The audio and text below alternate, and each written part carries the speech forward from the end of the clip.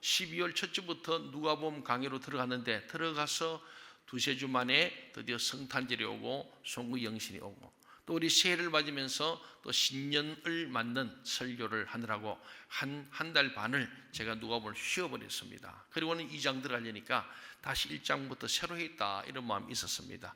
그래서 지난 1월달에 여러분 제가 이 교회를 부임하면서 주셨던 에스겔 37장과 47장 말씀을 두 주에 걸쳐 말씀을 전하고 그럼 이 교회를 지으면서 주셨던 이사야 6장의 말씀으로 또 말씀을 전하고 그리고 우리 교회 영원한 표인 요한복음 11장 말씀을 지난주에 전하면서 4주에 걸쳐서 우리 교회가 영원히 간직할 말씀들을 제가 다 최고의 설교를 다 했습니다.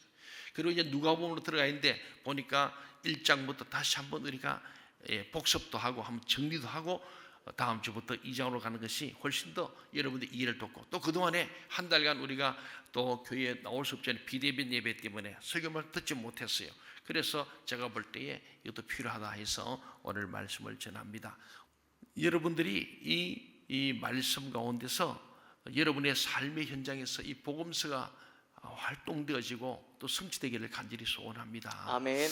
이 누가복음 사도행전은 특별히 공통점이 있어서 이 사도행전은 저자가 누굴까 고민을 많이 했어요. 바울이 아닐까 했는데 그게 아니라 누가라고 하는 것은 여기에는 누가복음과 이 사도행전에는 의학적 용어 또 질병이나 병자에 대한 관심이 많이 나타난 게 공통점이고 또 이 모든 사실들은 저자가 바울의 동역자였던 의사 누가라는 사실을 우리 거의 신학계에서는 다 공히 인정하는 그런 겁니다.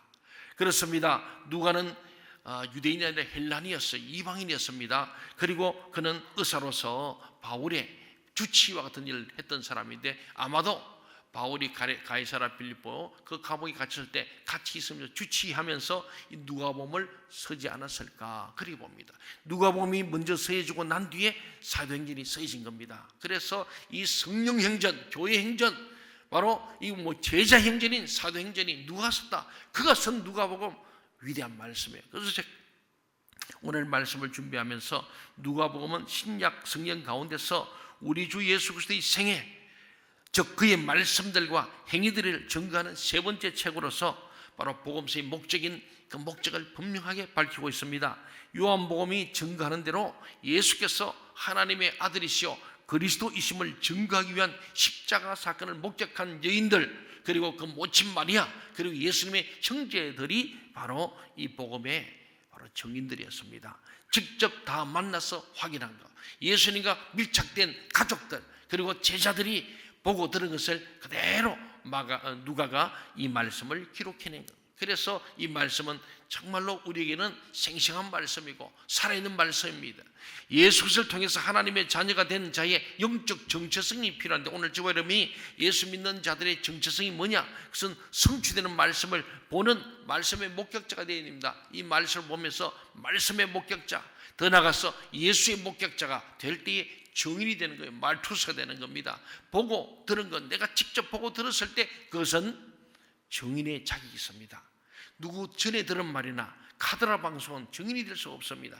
내가 직접 보고 목격하고 들은 거 확인한 거 그럴 때 증인은 증거력이 있지 않습니까? 그렇습니다. 예수 그리스도를 통해서 하나님의 자녀가 된 자의 영적 정체성은 바로 성취되는 말씀을 보는 말씀의 목격자가 되고 더 나아가 복음을 전하는 전파자 복음의 일꾼들이 되어야 한다는 것이 오늘 저와 여러분에게 주어진 제자의 삶인 줄 믿습니다. 아멘. 모든 민족으로 제자를 삼아서 성부 성자 성령의 세례를 주고 그들에게 내가 가르쳐 너에게 분부한 것들을 가르쳐 지키게 하라.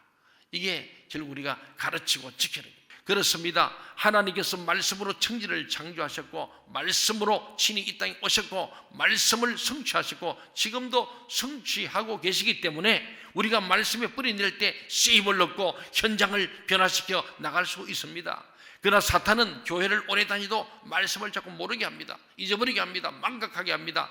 한 주 동안 기억하지 못합니다. 그래서 오래 교회를 다녀도 성경 말씀을 가지고 제자 양육을 하지 못합니다. 이것이 사단의 고도의 전략이에요.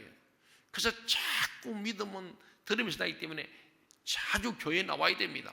아멘. 자꾸 들어야 돼요. 근데 이 마귀라는 놈이 코로나를 통해서 자꾸 못 모이게 하고 못 만나게 하고 말씀 못 듣게 하고 연구 못하게 하는 거예요.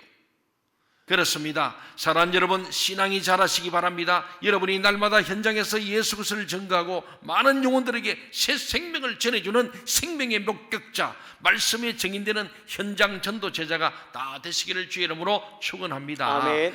이어서 우리 5절부터 25절에 보면요, 정말로 놀라운 말씀이 나오는 거예요. 새 역사를 여는 여명을 알리는 말씀이에요. 선지자 말라기 이후에 하나님의 음성이 단절된 어두운 역사의 지평이에 400년의 기나긴 침묵과 암흑을 해치고 바야흐로 하나님의 백성들에게 역사의 여명이 밝아오기 시작했습니다.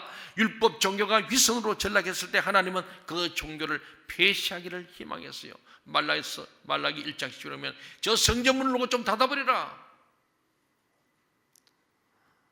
진정한 예배를 드리지 않고 말씀도 없고 은혜가 없는 그런 예배, 나는 더 이상 신물이 난다, 구역질이 난다. 우리 하나님 그렇게 말씀했어요. 우리가 오늘 참 어렵게 오셨는데 우리 예배가 진정한 예배가 될 줄 믿습니다. 아멘. 신령과 진정의 예배. 예, 정말 그렇습니다. 그런데 오늘 하나님께서 드디어 율법 시대가 지나가고 은혜의 시대로 오기 위해서 엘리사벳과 사가랴를 준비하시고 거기에서 하나님의 특별한 방법으로 성령의 놀라운 역사로 말미암아 이 사가랴와 엘리사벳이 성령 잉태는 아니지만은 이들이 늙었음에도 불구하고 아이를 갖게 하시는 세례 요한을 드디어 출생시키고, 그래서 예수님 오시면 길을 예비케 하는 하나님의 섭리와 경륜이 드디어 이 암흑의 시대, 율법 시대를 드디어 종언을 구하고 은혜 시대로, 예수 그리스도 시대로 만드는 서막이 열린 것이 바로 이 누가복음에 다 나타나요. 다른 복음서에는 이 세례 요한의 출생 기사가 없잖아요. 그러니까 세례 요한을 다 등식해주고 예수님의 어린 시절과 유년시를 다 보여주고 아주 예수님의 인성, 하나님께서 인간 오심을 잘 보여주는 가장 자세한 책이 누가복음에는 사실입니다. 그렇습니다. 이게 얼마나 우리에게 중요한지 몰라요. 그래요. 그래서 보면은요, 이 누가복음은 뭐니 뭐니도 우리에게 너무너무 중요한 말씀인데 하나님께서는 우리에게 큰 은혜를 베푸시기를 원하는 줄로 믿습니다. 아멘. 그렇습니다. 오늘 보니까 엘리사벳이 세례 요한을 잉태했다는 내용이 나오잖아요. 거기 보니까 이 사가랴는 아비야 반열의 제사장이었고 그의 아내는 아론 제사장의 바로 후손인, 바로 이 경건한 가문의 아들과 딸입니다. 이들이 둘이 만나서 경건한 부부, 경건한 관계에서 성경 말하기를 그들은 정말 하나님 앞에 의인이었고 주의 모든 계명과 규례대로 흠이 없이 행했다 그랬습니다. 그들은 하나님 앞에 의인이었음에 불구하고 자녀가 없는 부족함이 있었어요. 그래서 그 당시에는 자식이 없으면 저주받은 인생이었어요. 뭔가 죄를 지어서 저주받은 증거가 아이를 주지 않다, 무지한 것이다. 그래서 사가랴와 엘리사벳이 많이 기도했다는 겁니다. 그래서 13절에 보면 하나님께서 말씀합니다. 너희의 간구함이 들린지라. 사가랴 엘리사벳이 아들 달라고, 자녀 달라고, 이 무자함의 저주스러운 부끄러움을 지금 명쾌하고 오랫동안 기도했다는 거예요. 그런데 무슨 나이가 들어서 늙은 사람이 되어서 이제는 생물학교는 아이를 낳을 수 없는 그때였습니다. 그럼에도 불구하고 이 사가랴가 평소에 자녀를 위해 기도했다는 거죠. 아마 결혼 후에 오랜 세월 동안 기도했을 겁니다. 그들은 기도 생활로 믿음의 단련을 얻었고 마침내 하나님께서 기도 응답을 받는 거예요. 하나님께서는 경건하고 의로운 부모에게서 그의 귀한 종이 나오게 하셨습니다. 오늘날도 경건한 부모에게서 하나님께서 귀 쓰시는 종들이 나온다는 거예요. 여러분, 자녀를 위해서 기도 많이 하십시오. 아멘. 젊은이들은 태어나기 전부터 기도를 해야 됩니다. 하나님 경건한 자손을 달로 기도하고 준비하고 태중에서도 기도하고 태어났어도 이 아이들을 경건한 하나님의 자녀로 키워야 할 줄 믿습니다. 아멘. 18절에서 23절에 보면요, 의인 사가랴에도 믿음의 연약함이 있었다는 거예요. 잘하게 기도했어요. 아들 달로 기도했는데 막상 아들을 주겠다니까 안 믿어지는 거예요. 내가 늙은데 어떻게 애를 요식합니까? 정말 말도 안 되는 얘기입니다. 오늘 많은 사람이 기도하면서도 의심하는 기도합니다. 사랑하는 여러분, 우리는요 모든 말씀을 의심 없이 다 믿을 수 있고 또 믿어야 합니다. 그러나 사가랴는 천사를 통해 주신 하나님의 말씀을 믿지 못했어요. 그 때문에 그는 얼마 동안 버리가 되었습니다. 버리로 살지 않습니까? 하나님 입을 막아버렸습니다. 그렇습니다. 오랫동안 사가랴와 엘리사벳 부부에게 자녀를 주지 않으셨던 자도 하나님이셨고, 이제 그들이 자녀를 임신하게 하신 자도 하나님이십니다. 하나님께서는 온 세상의 주권적 선지자이십니다. 그는 그가 기뻐하시는 일들을 하늘과 땅에서 다 이루시는 분이 하나님을 믿습니다. 아멘. 주신 이도 하나님이시오. 가장 하나님이시다. 하나님의 절대 주권을 우리는 믿어야 합니다. 아멘. 인간의 개인적인 생사복도 주관하시고 이 민족의 흥망성쇠도 하나님이 주관하시는 거예요. 그래서 하나님 앞에 예배하고 하나님께 기도하는 겁니다. 이 코로나도 하나님이 종식에 종식되지 백신으로 되는 게 아닙니다.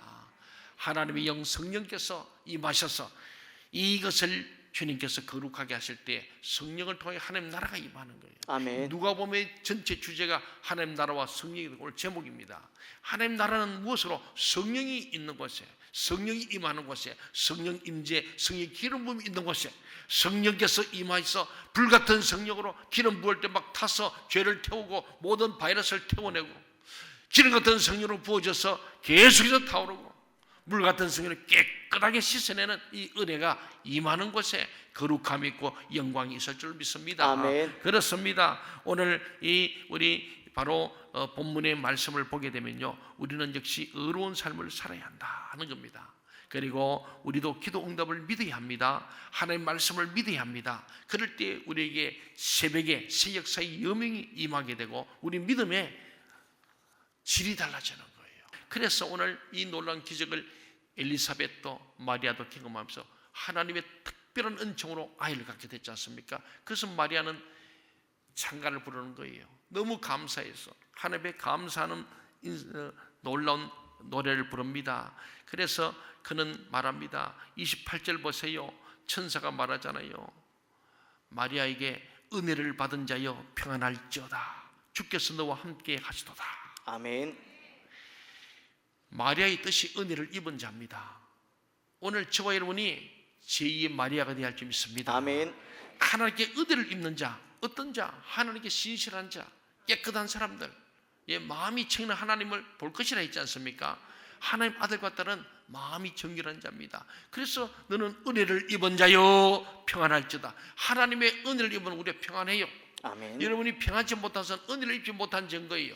은혜가 충만한 마음이 평안해집니다. 어떨 때 하나님이 함께하는 자가 은혜를 입은 자요 평안할 줄 믿습니다. 아멘. 주 안에 있는 나에게 딴 것이 믿겠습니까? 그렇잖아요. 십자가 밑에 나가 내 짐을 풀게 되는 거예요. 여러분 은혜와 평강이 넘치길 바랍니다. 아멘. 그래서 이 바울 사도가 바울의 편지를 쓸 때마다 맨 서문에 너에게 하나님의 은혜와 평강이 있을지어다. 그렇게 항상 인사말을 쓴 거예요. 여러분 하나님 우리 함께 하시면은 하나님의 은혜가 임하게 되고 은혜가 임하면 평강할 줄 믿습니다. 아멘. 이 코로나 가운데도 아무리 요동치는 세상 가운데도 우리 모두가 은혜를 받은 자로 평안하시기를 간절히 소원합니다. 아멘. 30절에서도 말합니다. 그래도 무섭다는 마리아에게 마리아여 무서워하지 말라. 내가 하나님께 은혜를 입었느니라. 할렐루야입니다. 은혜를 입어야 할 줄 믿습니다. 아멘. 그리고 나타나서 31절에서 네가 잉태하여 아들 낳으리니 이름을 예수라라. 엘리사벳도 사가랴를 통해서 주신 말씀을 했잖아요. 네가 아들 낳을 것이니 이름을 요한이라라. 항상 이 성령의 감동은 같은 맥락으로 이어져 가는 거예요. 그렇습니다. 마리아가 남자를 알지 못하는데 어떻게 일났습니까? 인간적인 상식으로 얘기하지만 35절 36절 보니까 성령이 내게 임하시고, 성령이 임하는 곳이 한 나라가 있는 거예요. 성령이 내게 임하시고 지극히 높으신 이 능력이 너를 덮으시리라. 아멘. 하나님이 은혜를 덮어버리는 거예요. 여러분에게 하나님의 은혜가 덮여지길 바랍니다. 아멘. 하나님께서 성령이 임할 때 은혜가 덮여지고 영광이 덮여지고 하나님의 영광이 가득한 교회, 가정, 심령이 될 줄로 믿습니다. 아멘. 그렇습니다. 처녀 마리아의 메시아 잉태는 하나님의 전적인 능력으로 될 일입니다. 잉태하지 못하던 그의 친척 늙은 사가랴의 아내 엘리사벳의 잉태보다 처녀 마리아의 잉태는 더 신기한 하나님의 능력의 일인 줄로 믿습니다. 그렇잖아요. 그래서 하나님께서는 말씀합니다. 37절 말씀 보세요. 대저 하나님의 모든 말씀은 능하지 못하심이 없느니라. 아멘. 할렐루야. 할 수 있거든이 무슨 말이냐? 믿는 자에게 능치 못함이 없느니라. 아멘. 믿으시기 바랍니다. 아멘. 내가 믿으면 하나님의 영광을 보리라 하지 아니하였느냐 그러잖아요. 아멘. 우리가 믿지 못해서 믿음의 예배를 못 보는 거예요. 그렇습니다. 또 우리 보면은 마리아가 엘리사벳을 방문했을 때 참 마리아는 손녀뻘 되거든요. 할머니와 처녀가 만난 거예요. 그런데 엘리사벳이 그러잖아요. 42절에 보니까 여자 중에 내가 복이 있으며 내 태중의 아이도 복이 있도다. 성령이 임한 곳이 하나님 나라가 임하고 하나님 나라가 있는 곳에 복이 임하는 거예요. 아멘. 여러분이 복 있는 자가 되길 바랍니다. 아멘. 그 다음에 엘리사벳 할머니가 손녀뻘 되는 마리아에게 그럽니다. 내 주의 어머니가 내게 나오니 이 어찌 된 일인가. 마리아를 내 주의 어머니, 벌써 엘리사벳 성령으로 그 속에 있는 세례 요한과 더불어서 마리아가 잉태한 그 아이가 바로 주님을 아는 거예요. 내 주의 어머니가 오신다고. 마리아를 내 주의 어머니라고. 예, 그 배에 있는 잉태한 아이가 주님인 것을 알고 엘리사벳이 하나님께 찬양과 경배를 돌리고 있습니다. 그렇습니다. 사랑하는 여러분, 우리는 하나님의 말씀을 듣고 지키는 자가 복이 있다고 말씀했습니다. 하나님의 말씀을 듣고 지킴으로 우리도 복 있는 자가 되기를 간절히 소원합니다. 아멘. 여인이 훌륭한 아들을 둔 것도 복이지만은 우리들 자신이 하나님의 말씀을 순종하는 경건하고 의로운 사람이 되는 것은 더 큰 복인 줄로 믿습니다. 아멘. 오늘 이 자리에 나온 여러분들, 또 지금 우리가 유튜브로 말씀을 듣고 있는 모든 성도 여러분, 여러분이 하나님의 말씀과 기도 가운데 말씀을 순종하고 믿고 나아감으로 의로운 사람이 되는 것보다 더 큰 복을 받는 우리 모두가 되기를 바랍니다. 아멘. 그랬더니 마리아가 오늘 본문 누가복음 1장 46절에서 그러잖아요. 찬양을 하는 거예요. 성령이 임하고요, 은혜가 임한 사람은요 찬송이 나와요. 내 영혼이 주를 찬양하며 내 마음이 하나님 내 구주를 기뻐했으면 그 여정의 비천함을 돌아보셨습니다. 하나님은 비천한 여인들을 돌아보시고 사랑하시는 분이에요. 누가복음은요 여인과 아이들의 관심을 많이 갖습니다. 그리고 항상 불쌍히고 동정을 많이 받아요. 그 선한 사마리아의 비유가 나오고요, 돌아온 탕자의 비유가 있습니다. 하나님의 끝없는 사랑, 예, 강도 만나지 이웃이 누구겠는가? 자비를 베푼 자는 자비 하나님을 잘 보이시는 거예요. 그렇습니다. 오늘 마리아의 창가 속에 나타난 놀라운 신앙 고백과 신학과 이 구원의 은총이 잘 나타납니다. 그렇습니다. 그래서 26절에서 50절까지 이 마리아의 창가 속에 나타난 내용을 보면요, 예수 그리스도는 성령의 능력으로 처녀 마리아에게 잉태되어 탄생하신 하나님의 아들이다 하는 것을 분명히 말씀하는 거예요. 그리고 처녀 마리아에게 잉태되신 그가 바로 누구냐? 메시아 그리스도라는 말씀을 우리 하는 겁니다. 더 나아가 마리아는 하나님의 은혜를 받은 자로, 하나님의 은혜를 받은 자요, 은혜를 받은 자로 은혜 받은 거기에 대해서 하나님께 자기를 헌신한 여인입니다. 여러분, 우리가 은혜 받았으면 헌신해야 됩니다. 아멘. 마리아는 자기 몸을 드린 거예요. 그렇잖아요. 자기 몸을 주님의 도구로 쓰심으로 그가 드디어 예수 그리스도를 출산하는 복 있는 여인이 된 줄로 믿습니다. 아멘. 우리 하나님 앞에 헌신하는 거예요. 오늘 제가 천안에 가서도 헌신 예배 갔는데 헌신이 뭐냐? 로마 12장 1절에 보니까 하나님의 모든 자비하심으로 너희를 구하노니 너희 몸을 하나님이 기뻐하시는 거룩한 산 제물로 드리라. 이는 너희 드릴 영적 예배니라. 진짜 영적 예배는 우리 몸을 온전히 드리는 거예요. 아멘. 몸을 드리는. 그래서 불신자들이나 정부는 잘 몰라서 그냥 비대면 예배 드리시오 하는데 사실은 신학적으로 안 맞는 얘기입니다. 그러나 우리가 지금 불강력이고 불가피하니까 거기에서 또 우리가 함께 협력할 의무는 있지만은 우리 몸을 하는 기뻐하신 거룩한 산제물로 드리는 거예요. 예, 마리아가 자기 몸을 드렸습니다. 처녀의 몸을 드림으로 헌신함으로 그는 복 있는 자가 되고 하나님 영광을 돌린 것처럼 우리도 제2, 제3의 마리아가 되어서 우리를 헌신해야 될 줄 믿습니다. 아멘. 우리 몸을 하나님 기뻐하시는 거룩한 산제물로 드릴 수 있기를 간절히 소원합니다. 아멘. 그리고 마지막에는 57절에서 80절까지 말씀 보면 여기에 사가랴의 예언이 나옵니다. 그렇죠. 세례 요한의 출생과 할례 받음 있습니다. 할례 때 8일 만에 할례를 받고 그때 이름을 짓는 거예요. 그런데 이 사가랴라는 이름은 주로 장남은 아버지 이름을 이어받는답니다. 그것이 유대 전통인데 전혀 다른 도렴이신 요한이라니까 친척들은 반대합니다. 그래서 이 사가랴한테 어떻게 할까 마지막 물는데 벙어리인데 말을 못하니까 7, 8 가서 글을 쓰는데 요한, 그래서 서자마자 입이 열렸다. 열리면서 이제 요한이 사가랴가 쫙 설명했죠. 내가 제사장으로 들어갔는데 천사가 나타나서 이 아이가 있을 것을 1년 전에 얘기했고 그대로 진행되었다. 그리고 이 요한은 메시아 예비자가 된다고 말씀하셨다.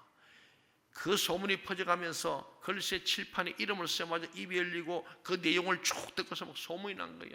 그래서 하는 얘기가 많은 사람이 이 아이가 장차 어찌 될꼬, 야, 이 보통 아이가 아니구나, 특별한 아이구나. 그래서 그들이 이구동성으로 하나님께 영광을 돌리고 이 세례 요한이 장차 어떤 일 할지 궁금하다고 그들은 기대감을 가지고 있지 않습니까? 그렇습니다. 사랑하는 여러분, 하나님의 징계는요, 사람이 죄를 회개하고 믿음을 경고케 하는데 매우 유익한데 사가랴가 징계를 받은 거예요. 하나님께서 하시다는데 그거 아닙니다 했더니 버거리가 됐지만은 징계 후에 하나님 앞에 죄를 회개하고 믿음이 경고케 되니까 하나님께서 더 크게 쓰게 된 줄로 믿습니다.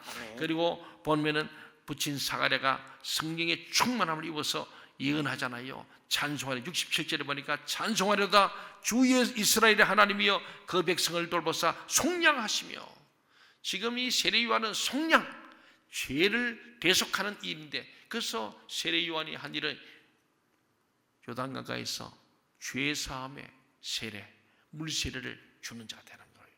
그래서 그의 설교는요, 위로가 없습니다. 평강도 없습니다. 축복도 없습니다. 어떤 것도 없습니다. 오직 하나, 회개만 촉구하는 거예요. 회개하라! 천국이 가까웠다고 그렇게 말씀합니다. 회개를 촉구하는 사람. 그래서 그는 정말 욕심 없이 빈들에서, 광야에서 외치는 자의 소리 되어서 모든 사람들에게, 이 독사의 자식들아, 주로 종교 지도자들, 교만한 사람들, 그들에게는 오히려 이 독사의 새끼들아, 조금 바꿔 독사의 자식이 되지만은 독사 새끼들아, 마귀 새끼들아, 그렇게 한 거예요. 하나님의 이름을 빙자해서 돈벌이를 하고 성전을 강도로 구절로 만든 그들, 그리고 자기도 지키면서 남들 지키라고 율법으로 얽어매 놓고 타락한 그들을 향해서 철저하게 세례 요한은 더 독하게 말한 거예요. 일반인들이 회개하라고 해서 광야로 막 몰잡다 물에 푹 담가서 죄 사함 주시는 거예요. 그런데 종교자들은 세례 요한을 어떻게 또 죽여볼까 온 것을 알고는 그러는 거예요. 너무나 인기가 좋아서 수많은 사람들이 막 요단강가로 모여들고 막 소문나기를, 세례 요한인데 그는 진짜 엘리야다, 엘리야, 그 혹시 예수인 줄 모르겠다, 막 그런 얘기 소문이 나니까 오만 거예요. 어떠니 보는 순간에 그들이 왜 왔는지 아니까 그냥 꿰뚫어 보고, 이 독사의 새끼들아, 회개해야 너희 천국이다, 너희들은 다 지옥 갈 인생들이다 하고 막 독설적인 설교했습니다. 여러분, 세례 요한은 여주의 가장 큰 자인데 세례 요한의 설교가 최고의 설교였습니다. 수많은 사람이 회개하고 세례받고 새 사람 된 거예요. 교회는 그런 곳이에요. 위로도 받습니다. 이사야 4장에서 내 백성을 위로하라고 합니다만은 위로 전에 회개가 있어야 됩니다. 아멘. 오늘 사가랴가 말합니다. 이 세례 요한을 통해서 모든 사람들이 내 백성을 돌보사 속량하시며 우리를 구원의 뿔로 구원하시는 일이다. 그러니까 속량이 있어야 죄사함 후에 구원이 임하는 거예요. 그걸 얘기합니다. 사가랴의 찬송 내용은요, 하나님께서 자기 백성을 돌아보실 것이고 이를 통해서 하나님께서 놀라운 은혜를 줄 것을 말씀하는 거예요. 그렇습니다. 속량한다는 건 너무 중요한 말씀이죠. 죄속함입니다. 그 후에 구원이 임하는 거예요. 그렇습니다. 그리고 또 사가랴는 이때에 아브라함의 후손으로 종신토록 하나님의 언약의 말씀으로 복 있는 백성이 될 것을 말씀합니다. 구원의 목적은 원수들에게서 건짐을 입어서 평생토록 하나님 앞에서 성결과 의로 두려움 없이 하나님을 섬기게 하는 것이 구원의 목적이에요. 오늘 저번에 구원받은 줄로 믿습니다. 아멘. 구원받은 백성들이 두려움 없이 하나님을 섬기는 것, 찬양하며 경배하는 거예요. 그렇습니다. 사가랴는 결국 76절 77절에서 세례 요한이 해야 될 일을 말하는 거예요. 그것이 무엇이냐? 바로 회개를 촉구함으로 천국의 문을 여는 일을 할 것이고 예수님 오시는 길을 예비하는 자, 길을 닦는 자가 될 것을 말씀했습니다. 마지막 80절 말씀 보세요. 아이가 자라며 심령이 강하시며 이스라엘에게 나타난 날까지 빈들에 있으니라. 참으로 세례 요한은 나시릴처럼 참으로 거룩했습니다. 아무런 욕심 없이 오직 사명을 감당하다가 결국은 나는 망해야 됐고 그는 흥해했다. 그래서 자기는 죽어서 사라지고 그때부터 예수님이 공생을 시작하도록 사명을 짧고 굵게 감당했던 세례 요한의 얘기로 이것이 끝나면서 이제는 예수님의 탄생으로 이어집니다. 사랑하는 여러분, 그렇습니다. 이 누가복음의 말씀이 참으로 놀라운 말씀들로 되는데 그 특징이 결론적으로 그렇습니다. 누가복음은요, 예수 그리스도의 인생에 대해서 강조하고요, 기도에 대해서 강조하고요, 찬양과 감사가 참 많이 언급되어 있고, 누가복음은 예수님의 동정적 사랑이 강조되고요, 또 여인과 의인에 대한 관심을 많이 보이고요, 또 이 누가복음은 복음서 중에서 가장 문학적이고 아름다운 문체로 되어 있고, 그리고 더 나아가 세계주의를 가지면서 헬라인에게 이방했던 누가가 예수는 유대인 이스라엘에 국한된 것이 아니라 전 세계 온 인류를 구원하시는 분임을 열어주는